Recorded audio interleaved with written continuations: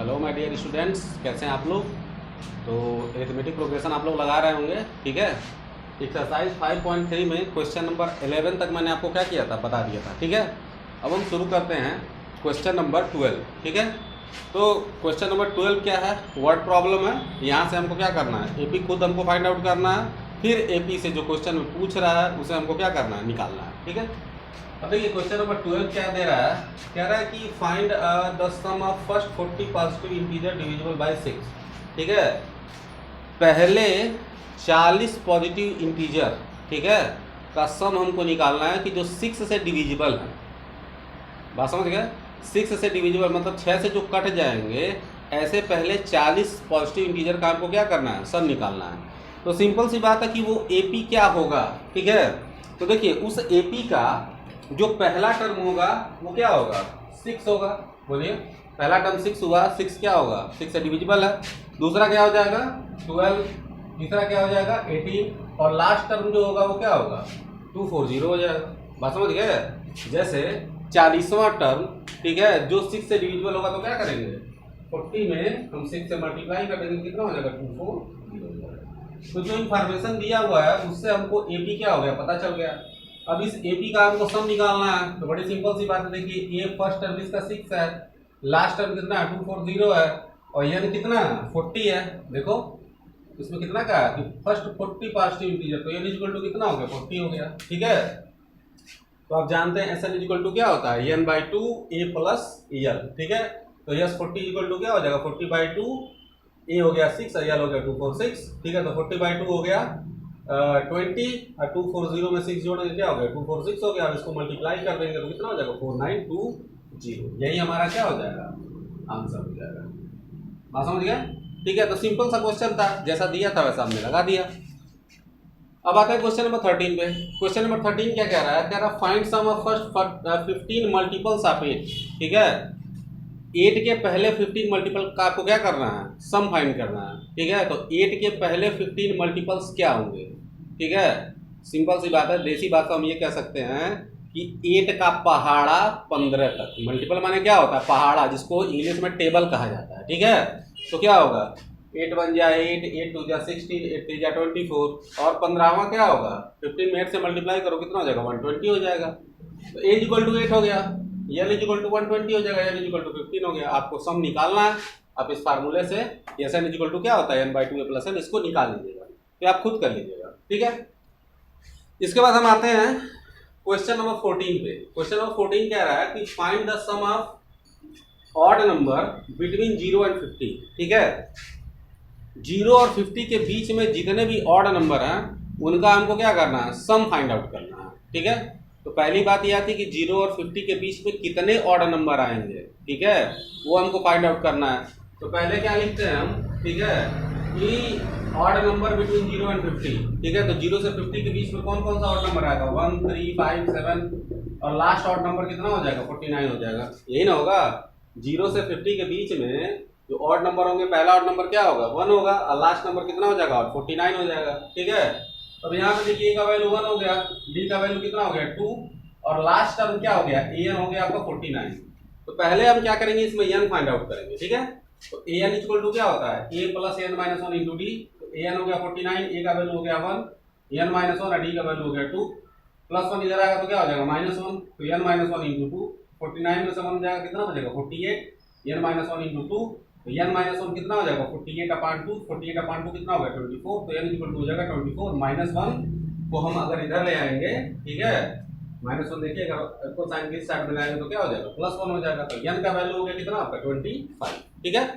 तो Sn equal to हो गया n/2 a प्लस l, तो n हो गया 25/2, a हो गया इसका फर्स्ट 1, और l हो गया 49, ठीक है।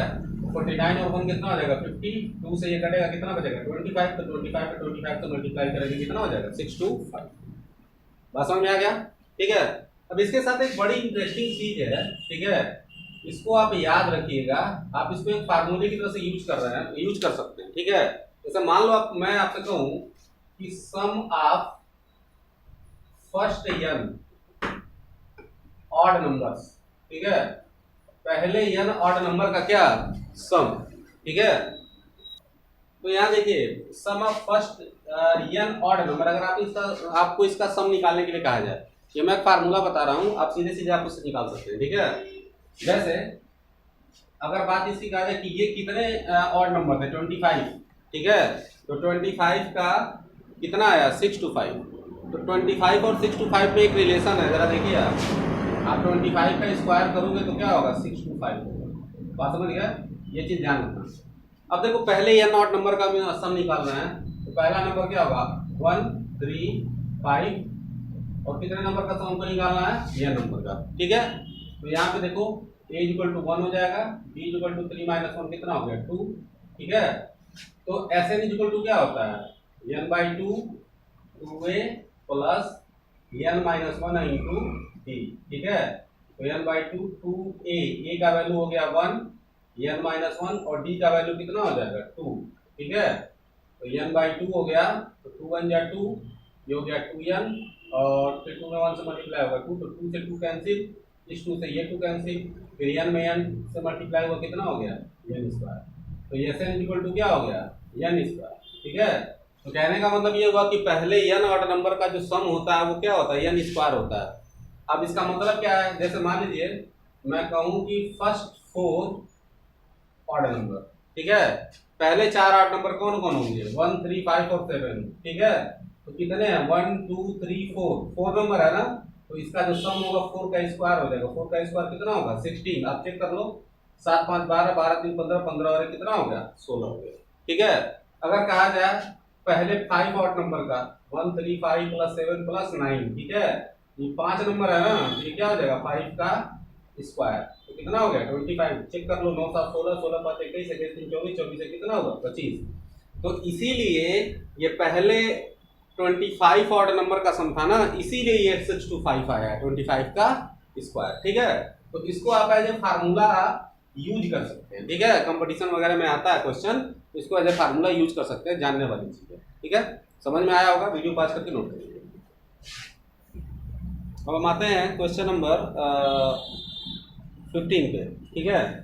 क्वेश्चन नंबर 15 क्या कह रहा है कि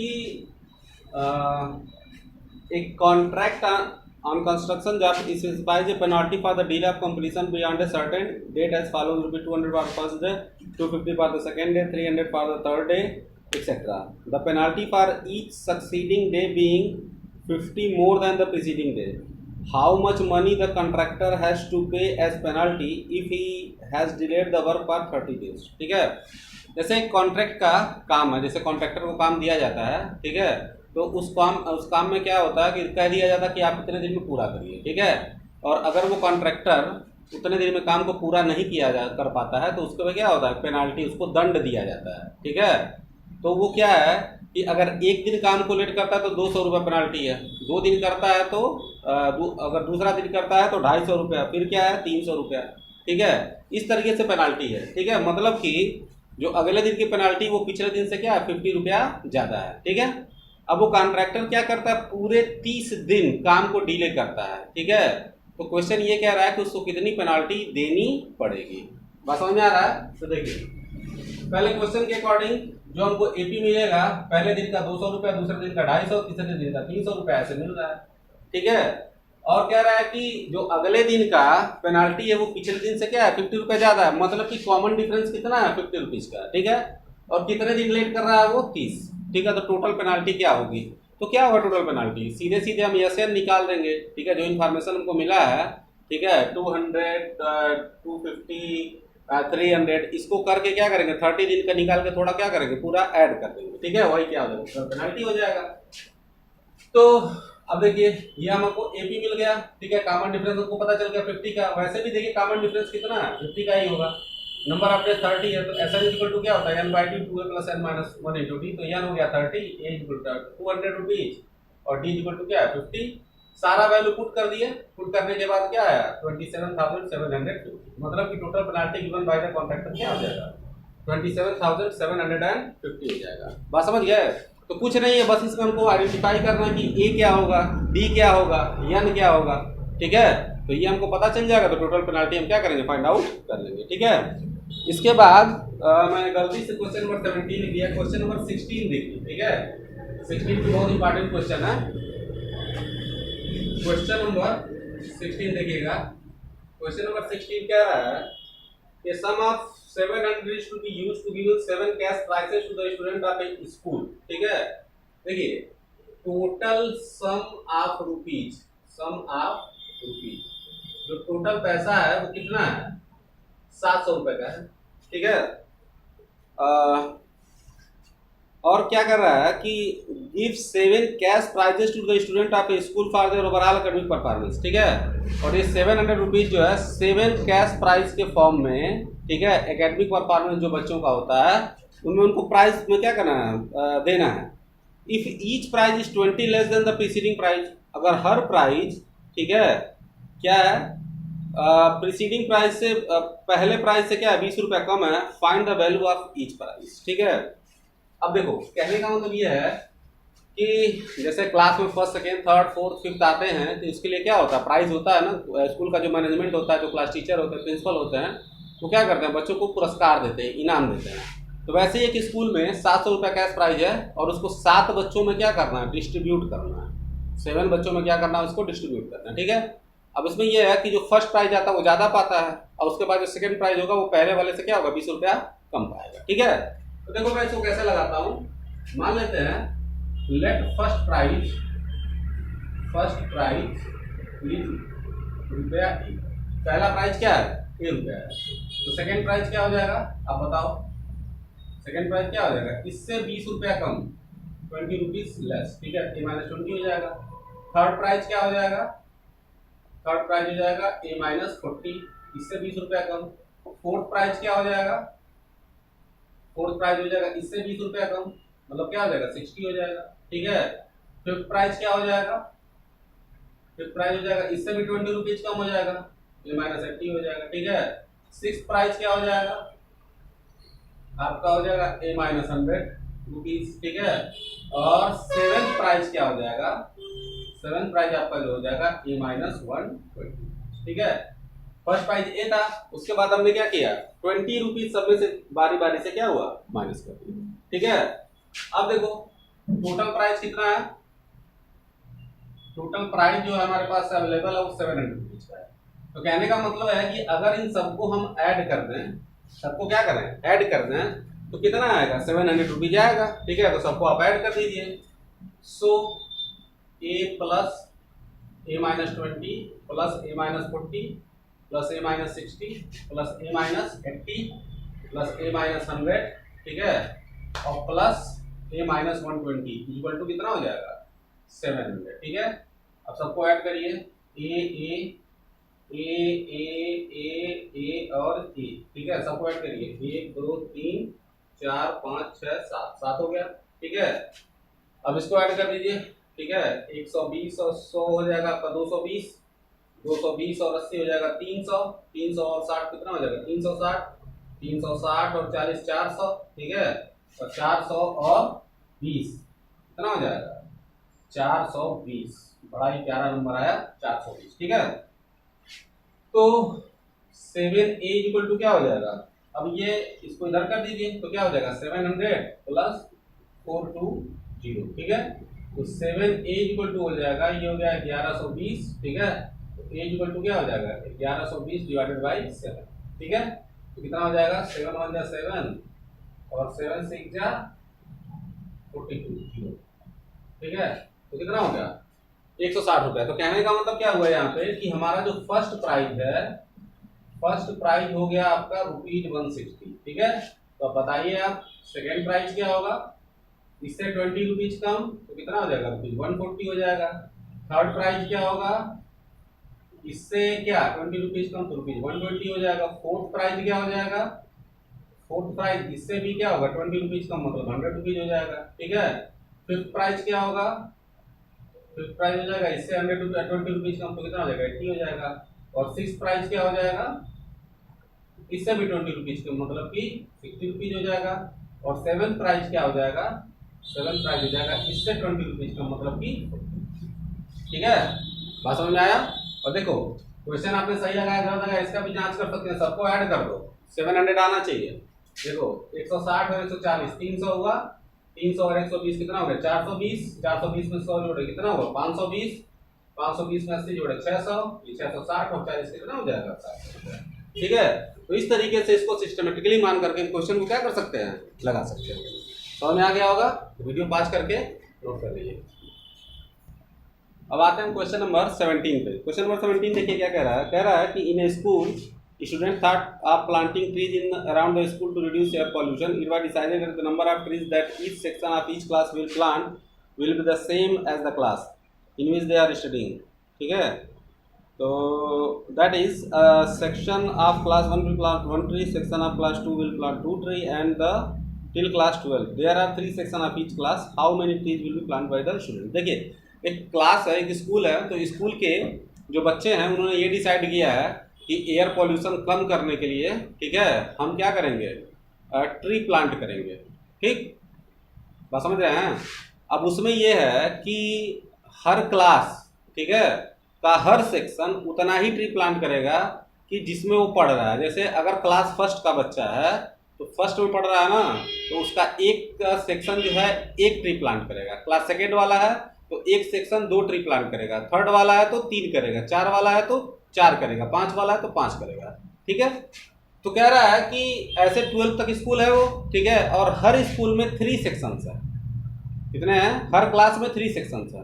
ठीक है, तो टोटल कितने ट्री प्लांट होंगे, तो देखो यहाँ पे समझना, जैसे मैंने लिखा क्लास और नंबर ऑफ ट्रीज प्लांट, तो क्लास फर्स्ट है तो फर्स्ट का एक सेक्शन का एक लड़का एक सेक्शन कितना ट्री प्लांट करेगा, एक, लेकिन टोटल कितने सेक्शन है, 3 है ना, तो तीनों के प्लांट करेंगे तो 1 + 1 + 1 कितना हो गया 3। उसी तरीके से क्लास सेकेंड, ठीक है, तो क्लास सेकेंड का एक सेक्शन 2 ट्री प्लांट करेगा।